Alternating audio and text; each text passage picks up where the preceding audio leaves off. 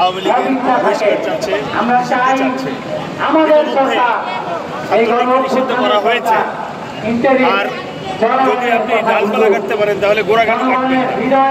এই সংগ্রাম আমাদের ছাত্র 5ই আগস্টের যে ছাত্র জনতা আছে তাদের অস্তিত্বের সংগ্রাম। যদি আওয়ামী লীগ আবার ফিরে আসে তাহলে একে একে তাদেরকে হত্যা করা হবে, আবার আয়না ঘরে ভরা হবে। সুতরাং আমাদের এই সন্তান, আমাদের এই ভবিষ্যৎ প্রজন্ম যারা আছে তাদের রক্ষার জন্য আজকে আমরা তাদের পাশে এসে দাঁড়িয়েছি। কারণ জনতার দলের রাজনীতি আগামী ইলেকশনের রাজনীতি না, জনতার দলের রাজনীতি আগামী প্রজন্মের রাজনীতি। সুতরাং এই প্রজন্মকে আমাদের রক্ষা করতে হবে। আপনারা সবাই আমাদের সাথে থাকবেন। ধন্যবাদ। আপনার নাম আর ডেজিগনেশনটা একটু বলবেন। আমি মেজর ডেএলএইচ খান, আর আমি জনতার দলের মুখ্য সংগ্রামী মুখপাত্র।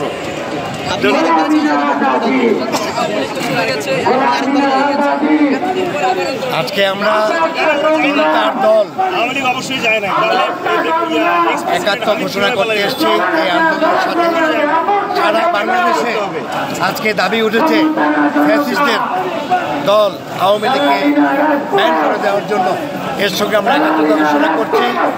আজকে শেখ মুজিবুর রহমান 1975 সালে নিজেই আওয়ামী লীগকে ব্যান করে দিয়েছিল। অ্যাটর্নি জেনারেল গতকাল বলেছে স্পেশাল পাওয়ার অ্যাক্ট 19-এর ধারায় এই মুহূর্তে আওয়ামী লীগকে ব্যান করে দেওয়া সম্ভব।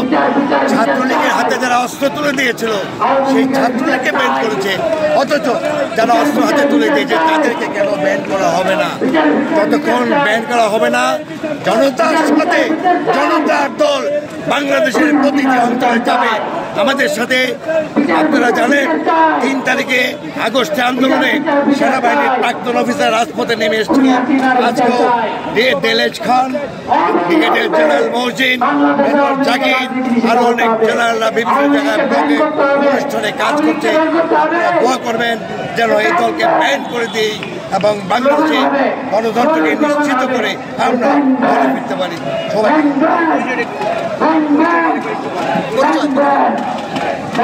আমি জনতা দলের মেম্বার সেক্রেটারি, সদস্য সচিব।